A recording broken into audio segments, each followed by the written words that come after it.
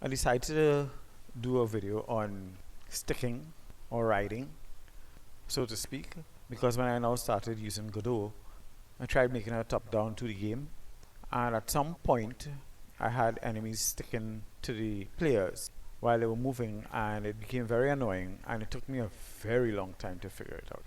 I checked online, I looked in different places, I asked ChatGPT, all those things, and I couldn't come up with a solution until I started playing around on my own.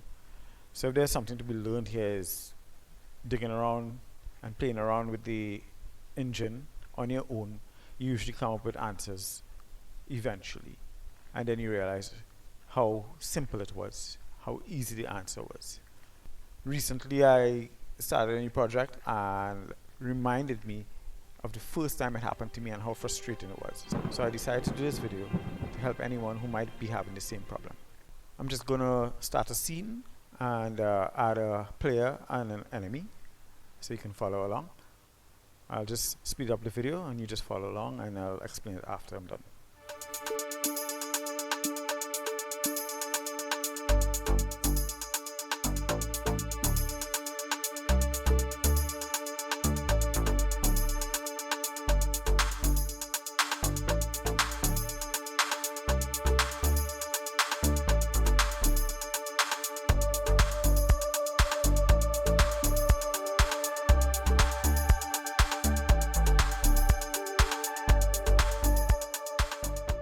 See, if you notice here, I created a scene, a normal Node2D scene, and added a player, which is a CharacterBody2D, and an enemy, which is also a CharacterBody2D. But what I did is I created a player, added a sprite 2D, used the icon as the player, and created a collision shape rectangle around it, and just copy it, and created the enemy, renamed it, and modulated the color to red, as you can see on the right hand side.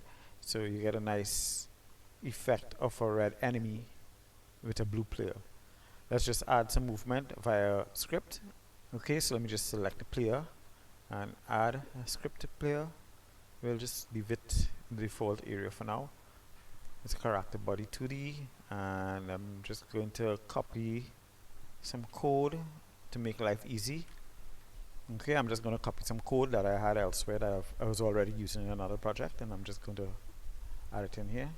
Control V. Let me just widen this out so you can see what I'm talking about. If you notice, it's a normal script that we use for movement. We have a speed variable. We extend the CharacterBody2D as we should, and we're using physics process in this case, where we're looking for the direction, and the direction is our input get vector for left, right, up and down, and of course we have to calculate the velocity when we're using CharacterBody2D, because we want to use it in the move and slide function.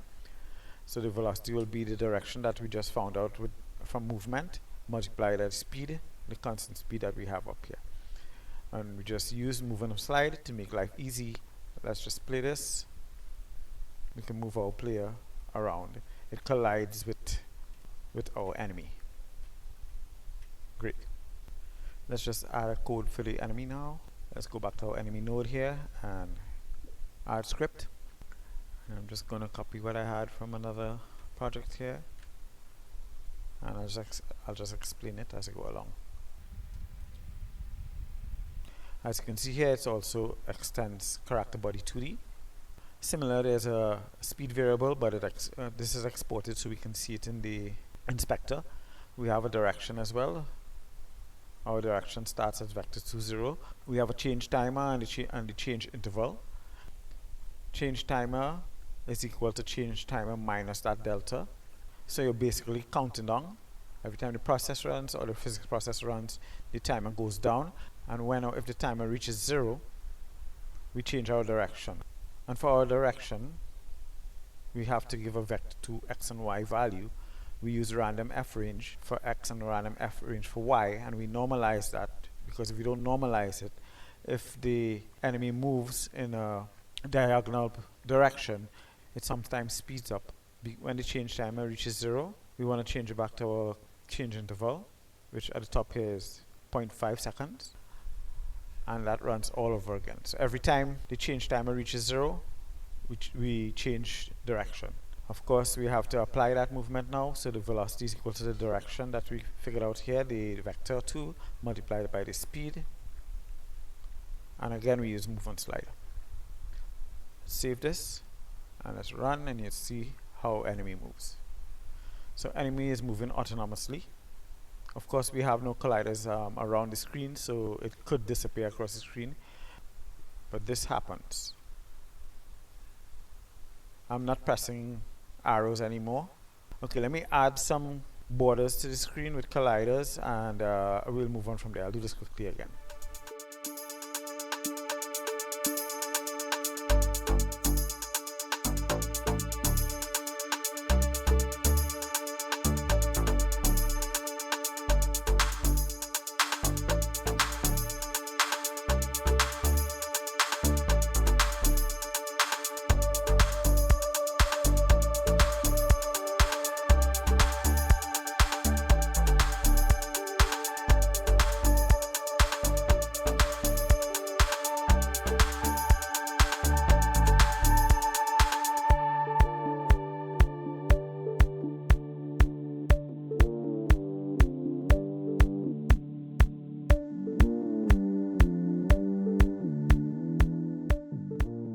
Okay, as you notice here now, I've created borders. If I move my player up or left or right or wherever, can't move beyond a certain point.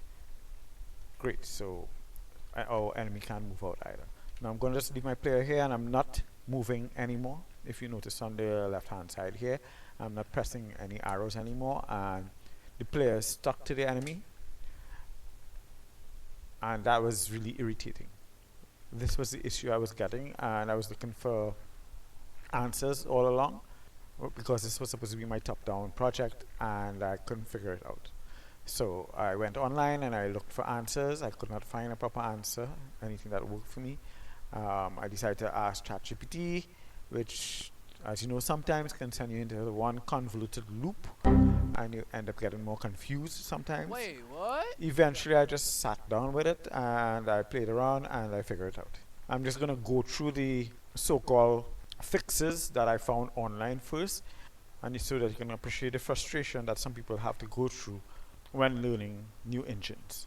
Okay, so fix number 1 says to change the collision layers, which is smart really when you think about it, because once you change the collision layers, there's not supposed to be any collision interaction between different items on the screen, between different nodes. Okay, so let's check these nodes here. I'm going to click the player node here, and you'll notice I took the liberty of renaming the nodes. All you have to do is right click and rename layer. I named layer 1 world, layer 2 player, and layer 3 enemies. And with that, I'm going to put my player in the player layer, collision layer, and allow it to interact with the world and also interact with the enemies. Let's do something similar to the enemy. We put enemy in the 3rd layer, which is the enemy layer, and allow it to interact with the world and the player. If you want to interact with other enemies, you can also include enemies, but I'm just going to leave it for player for now.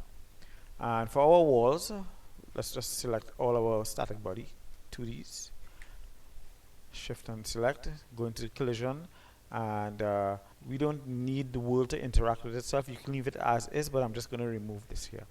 And we want player and enemy to interact with the world, but we don't care if the world interacts with those as yet. I'm just going to leave this as is. The world is not going to interact with anything, but the other things, the player and the enemies, are going to interact with the world when they bounce into the world. Let's save this and let's run. And if you notice, we can still hit the walls above. And if I come down and I release, let me allow this to move up a bit. Right, if I come about here and I release, I'm not pressing arrows anymore. You can see player is stuck to enemies still. Let's remove the collisions for player and enemy, so player is not colliding with enemy anymore and enemy is not colliding with player anymore. And let's save this and run. And of course, there'll be no sticking, but there's no interaction whatsoever. And in my game, I wanted the enemy to interact with the player directly using the character 2D. So, of course, we could have gone around that by using other things like area 2D and so on. But this is not what I wanted. I wanted my enemy to interact with the player directly using the character 2D. But anytime I allow them to interact via the mask, you still have the sticking riding sort of movement. Okay, fix number 2 said to make the enemy rigid body and leave the player as the character body 2D, which I didn't want because for specific AI movement, character body 2D works better than rigid body 2D. Rigid body 2D is more for like inanimate items on the screen. But let's try this and let's see what happens. So we're going to right click enemy. Let's right click enemy and change type to rigid body 2D. Of course, there are some changes you have to make if you're going to change this to rigid body 2D. Let's save that. In the script, make sure we have enemy selected, and we're going to change character body 2D here where it extends to rigid body 2D. And we're going to get some errors here because there's no move and slide in rigid body. That's only native to character body 2D. And also there's no velocity, there's no built-in velocity. So we're going to have to just use the direction and speed, or maybe just direction alone. Comment that out for now. We're just going to use the direction. Let's widen this. Remember, our direction will be the random ranges that are normalized. And we're going to use something called, tab this here, linear velocity. So of course our linear velocity will be equal to our direction. And let's save this and let's play it. Of course we could apply the speed, direction multiplied by speed. And let's save this. Remember, I wanted my collisions interacting with each other, so let's make our player interact with the enemy again. Let the enemy interact with the player again. Let's save this and let's run and see how our new code works. So we have some movement here, but we still have sticking, which is weird. And we have something else weird going on because now the enemy is interacting with the player as if it's some sort of box or inanimate object that are giving you these physics interactions, like rotating and tumbling around and so on, which is not what I want for my enemy. So rigid body is not working for me. Let's close this and move on to the next. So of course now I just want to return this code to where it was before. So let's go Ctrl Z and go back to where it was before and back to character body 2D. Of course our enemy has to make our enemy a character body 2D again for this to work. And let's save this. Let's make sure this works.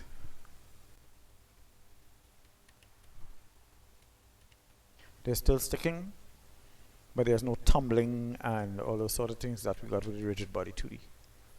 Online I saw someone say that we should not use move and slide in the enemy, that we're supposed to use move and collide. So let's try that. And this works differently. With move and collide you have to give it, let me just open this up so you can see the error, too few arguments for move and collide, so we actually have to put the velocity in here, which may be a little too fast, but let's see how it works. Control save. Let's run this. And we still have sticking, but the enemy is moving too quickly, so let's just disable speed for now. Let's put a comment in front of this, in front of the speed, so velocity is just the direction. Or we could just put move and collide direction. Let's run this. And it moves exactly how we want it to move now. Let's see what happens. So we still have this sticking issue here, or riding issue if you want to call it that. Let's close this and let's revert to what we had before. Move and slide, and everything is back to normal. Control save. Another weird fix I saw was to in script to detect and cancel parallel velocity, which was crazy because that was like overkill for this situation. I didn't think we have to go through all of that for just to fix this.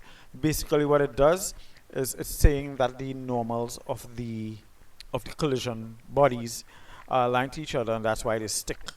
So we need to detect the collision between the player and the enemy, and in code cancel it out by some convoluted weird looking code. I might flash it up on the screen, but let's just say I did not try this one. I'm moving on to the other two fixes which actually worked. So you know, when you're now starting as a beginner, you think everything that you do, you feel that you figured out such a big thing on your own and it's the best fix ever. So this is what I used. I went into the inspector for player and I was playing around and I saw in CharacterBody there's something called moving platforms.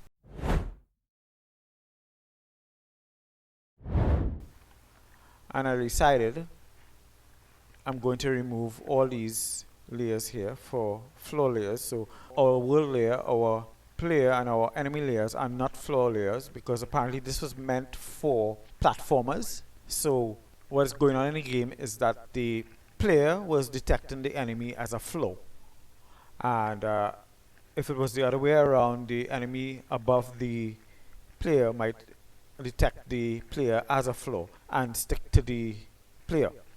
And this is how platformers work, because if you want to jump from one level to a second level platform that's above your head and that platform is moving, you'll want to stick to that platform and move along with it. So I removed the moving platform and I was ecstatic. Let's save this and I run, and there we go. There's no more sticking, and I was really happy with this until I got deeper into programming and I realized there was an easier answer. And let's get to fix number 6, maybe, is that it? Which is Godot's way of fixing this. And of course, the final fix, let's put everything back the way it was. Our enemy and our player floor layers, we can leave it as is. Go into the 2D view so as not to get too confused with the code. Now if we click player and we look in the under CharacterBody in the inspector, we'll see something called motion mode.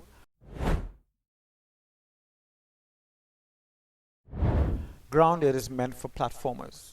We don't want our top-down characters to be grounded because it's not a side view we're looking at, it's a top-down view. So by leaving the motion mode as grounded, we're saying that there's gravity involved, and if the player goes up, which is negative y on the screen, they're going to fall back down with gravity. What we have to do is we have to change grounded into floating, and let's do the same for the enemy. Grounded into floating, and let's save, and let's run this now. Remember, we put back the floor layers. So let's see this fix if it works, and this works perfectly. There's no more sticking. They're moving against each other, but there's no more sticking. There's nothing else, no pushing, anything like that. So this works perfectly. So in essence, as beginner programmers or beginner devs like myself, when we now start off, we come into simple little problems that there are simple solutions to, but we go all over looking for answers, and the answer is already there. Godot is becoming more and more a mature game engine.